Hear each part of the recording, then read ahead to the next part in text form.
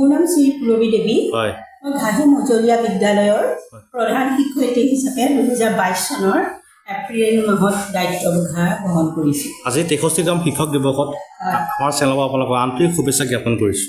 হয়, আজি ডক্টৰ সৰ্বপল্লী ৰাধাকৃষ্ণনৰ জন্মদিন। তেওঁৰ জন্মদিনতেই এই শিক্ষক দিৱসটি পালন কৰা হয়। মই সদৌ ভাৰতবৰ্ষৰ সকলো শিক্ষক শিক্ষয়িত্ৰীলৈ শ্ৰদ্ধা নিবেদন কৰিছোঁ। সকলো শিক্ষক শিক্ষয়িত্ৰীয়ে অভিনন্দন গ্ৰহণ কৰিছোঁ। আজি উলহ মালহে আপোনাৰ বিদ্যালয়ত শিক্ষক দিৱস উদযাপন কৰিছে কণ কণ ছাত্ৰ ছাত্ৰীয়ে, কি ক'ব? উৎসৱমুখৰ পৰিৱেশ সৃষ্টি হৈছে। হয়, তেওঁলোকে আমাৰ প্ৰতি থকা যিটো শ্ৰদ্ধা, সেই শ্ৰদ্ধাৰ কাৰণেই আজি তেওঁলোকে আমাৰ ওচৰত এটি সেৱা বিচাৰিব আৰু আমিও সেই সদায় তেওঁলোকক শ্ৰদ্ধা সেৱা জনায়ে আছোঁ। আজি এটি বিশেষ দিন হিচাপে তেওঁলোকক জনাম। আজি শিক্ষক দিৱস বুলি তেওঁলোক আগৰণুৱা হৈ আমাক জনাবৰ কাৰণে ৰৈ আছে।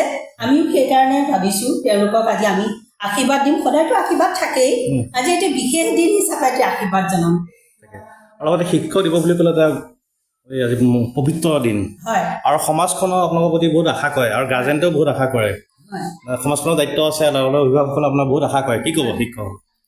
শিক্ষকসকলক আমি এইটোৱে ক'ম যে ছাত্ৰ ছাত্ৰীৰ ওপৰত আমি সদায় নজৰ দিব লাগিব। ছাত্ৰ ছাত্ৰী অকল যে বিদ্যালয়ৰে এজন ছাত্ৰ নহয়, আমাৰ তেওঁলোক এটি সন্তান হিচাপে আমি তেওঁলোকক আগুৱাই লৈ যাব লাগিব। এজন সন্তানৰ যেনেকৈ মাক দেউতাকৰ দায়িত্ব থাকে, তেনেকৈ আমাৰ ছাত্ৰ ছাত্ৰীৰ ওপৰত শিক্ষাগুৰুসকলৰ দায়িত্ব সেই সমানেই বুলি আমি ভাবোঁ। মোৰ নাম শ্ৰী পুৰবী দেৱী। হয়। মই ঘাঁহি মজলীয়া বিদ্যালয়ৰ প্ৰধান শিক্ষয়িত্ৰী হিচাপে 2022 চনৰ এপ্ৰিল মাহত দায়িত্বভাৰ গ্ৰহণ কৰিছোঁ। আজি 63তম শিক্ষক দিৱসত আমাৰ চেনেলৰ আপোনালোকক আন্তৰিক শুভেচ্ছা জ্ঞাপন কৰিছোঁ। হয়, আজি ডক্টৰ সৰ্বপল্লী ৰাধাকৃষ্ণনৰ জন্মদিন। তেওঁৰ জন্মদিনতেই এই শিক্ষক দিৱসটি পালন কৰা হয়। মই সদৌ ভাৰতবৰ্ষৰ সকলো শিক্ষক শিক্ষয়িত্ৰীলৈ শ্ৰদ্ধা নিবেদন কৰিছোঁ। সকলো শিক্ষক শিক্ষয়িত্ৰীয়ে অভিনন্দন গ্ৰহণ কৰিছোঁ। আজি উলহ মালহে আপোনাৰ বিদ্যালয়ত শিক্ষক দিৱস উদযাপন কৰিছে কণ কণ ছাত্ৰ ছাত্ৰীয়ে, কি ক'ব? উৎসৱমুখৰ পৰিৱেশ সৃষ্টি হৈছে। হয়, তেওঁলোকে আমাৰ প্ৰতি থকা যিটো শ্ৰদ্ধা, সেই শ্ৰদ্ধাৰ কাৰণেই আজি তেওঁলোকে আমাৰ ওচৰত এটি সেৱা বিচাৰিব আৰু আমিও সেই সদায় তেওঁলোকক শ্ৰদ্ধা সেৱা জনায়ে আছোঁ। আজি এটি বিশেষ দিন হিচাপে তেওঁলোকক জনাম। আজি শিক্ষক দিৱস বুলি তেওঁলোক আগৰণুৱা হৈ আমাক জনাবৰ কাৰণে ৰৈ আছে।